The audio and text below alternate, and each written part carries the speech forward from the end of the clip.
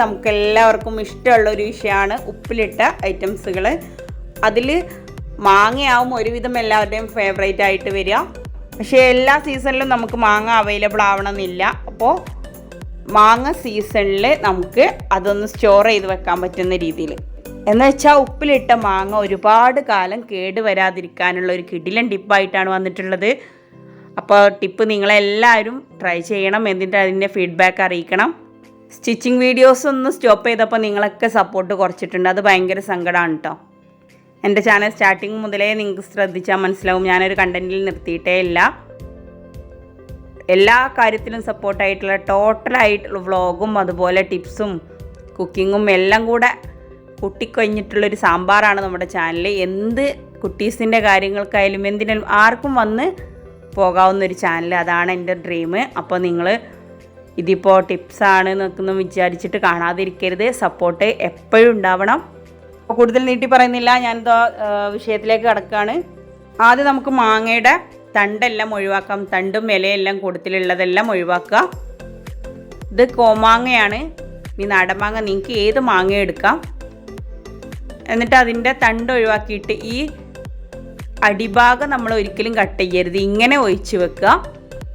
ഇത് നമുക്ക് ഉപ്പിലിട്ടിട്ട് ഒരു 4-5 ദിവസം കൊണ്ടൊക്കെ ഉപ്പ് പിടിച്ചതിന് ശേഷം കഴിക്കാനുള്ളതാണെങ്കിൽ എന്ത് ചെയ്യുക, അതിൽ നമുക്ക് കത്തിയോ ഫോർക്കോ വെച്ചിട്ട് ഒന്ന് വരഞ്ഞ് കൊടുക്കുക. എന്നിട്ട് അതിൻ്റെ ആ മുരട് ഭാഗം ഒന്ന് കട്ട് ചെയ്ത് കൊടുത്താൽ പെട്ടെന്ന് ആയിക്കോളും. പക്ഷേ ഇത് ഞങ്ങൾക്ക് കുറച്ച് സ്റ്റോർ ചെയ്ത് വെക്കാനുള്ളതാണ്. പെട്ടെന്ന് ഇടാനുള്ളത് ഞങ്ങളിവിടെ ഒന്ന് വരഞ്ഞൊക്കെ വെച്ചിട്ട് വേറെ ഉപ്പിലിട്ട് വെച്ചിട്ടുണ്ട്. ഇത് കുറച്ച് കഴിഞ്ഞാലും മാങ്ങ സീസൺ കഴിഞ്ഞാലും ഉപയോഗിക്കാൻ വേണ്ടിയിട്ടുള്ളതാണ്. അപ്പോൾ അങ്ങനെ സ്റ്റോർ ചെയ്യുമ്പോൾ നമ്മൾ ശ്രദ്ധിക്കേണ്ട കാര്യം, നമ്മൾ ആദ്യം തന്നെ മാങ്ങ കറ കളയാൻ വേണ്ടിയിട്ടൊന്ന് കഴുകും. ആ കഴുകുന്നത് നമ്മൾ പച്ചവെള്ളത്തിൽ കഴുകാൻ പാടില്ല.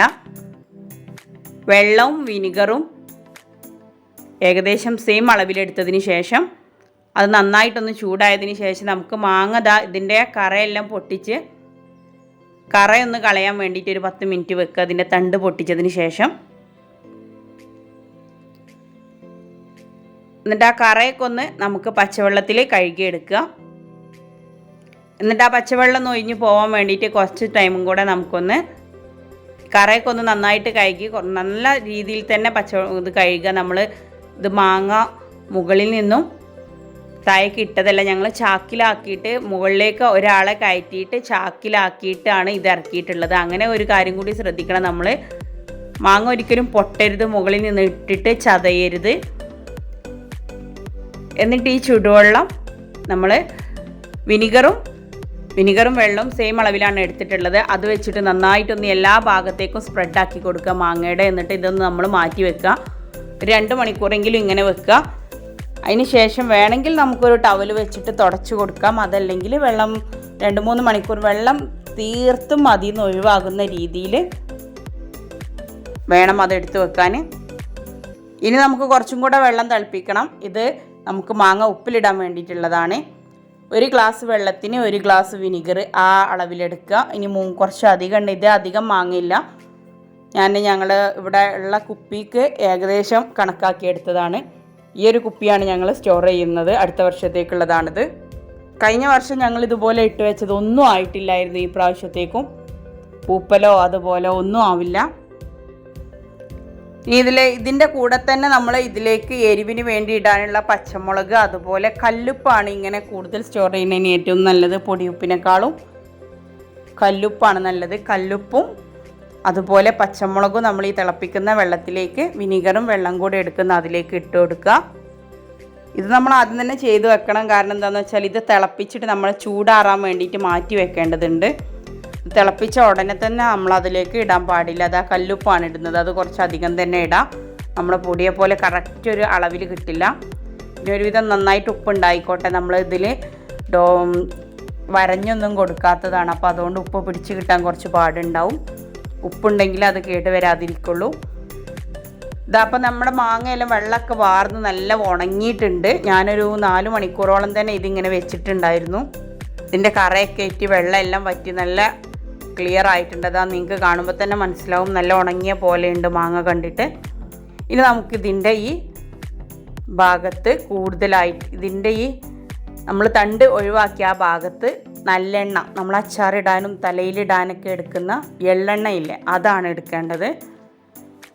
അതാകുമ്പോൾ ഒരു വേറെ ടേസ്റ്റും വരും.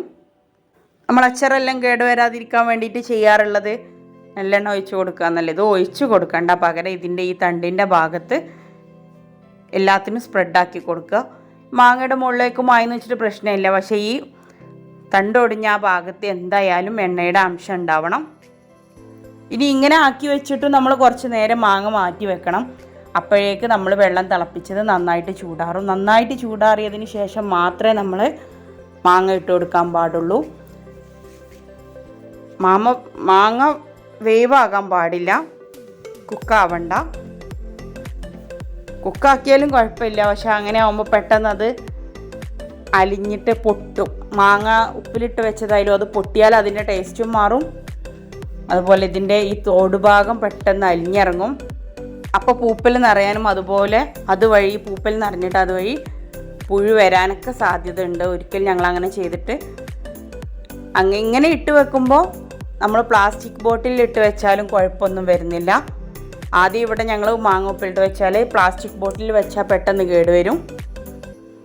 ഇപ്പോൾ കുപ്പി ബോട്ടിൽ കിട്ടാൻ വേണ്ടിയിട്ട് വലിയ പാടാണ്. ഇപ്പോൾ പ്ലാസ്റ്റിക്കിൻ്റെ ബോട്ടിൽ തന്നെയാണ് ഞങ്ങൾ ഉപ്പിട്ട് വെക്കുന്നത്. എന്നാലും ഒരു കേടുമില്ല നമ്മളിങ്ങനെ നല്ലെണ്ണ സ്പ്രെഡ് ചെയ്തിട്ട് വെച്ചാൽ. നമ്മൾ വെച്ചിട്ടുള്ളത് തണ്ടിൻ്റെ ഭാഗത്തായാലും എണ്ണ ഇപ്പോൾ മൊത്തത്തിൽ സ്പ്രെഡായി വന്നിട്ടുണ്ട്.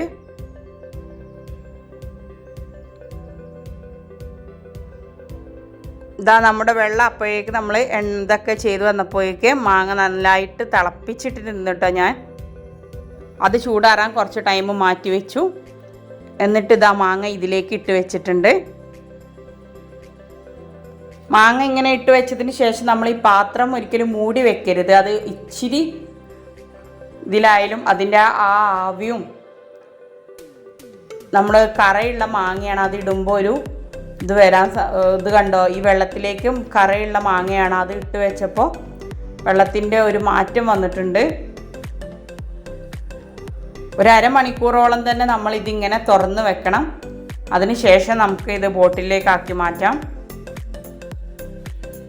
അരമണിക്കൂറോ ഒരു മണിക്കൂറോ ആയാലും കുഴപ്പമില്ല. നമ്മളത് ഇടുമ്പോഴേക്ക് ഒരു മണിക്കൂറൊക്കെ ഇതിൻ്റെ ഈ ഒരു സ്വഭാവം മാറണം. എന്ന് വെച്ചാൽ സ്വഭാവം എന്ന് പറഞ്ഞാൽ ഇതിൻ്റെ ഈ കളറൊന്ന് മാറി നമ്മൾ ഉപ്പ് പിടിച്ച പോലെയുള്ളൊരു കളറായിട്ട് മാറി വരും. ഇങ്ങനെ ഒരു കളറായി വരും. ആ ടൈം ആകുമ്പോൾ നമുക്കത് ബോട്ടിലേക്ക് മാറ്റിയെടുക്കാം.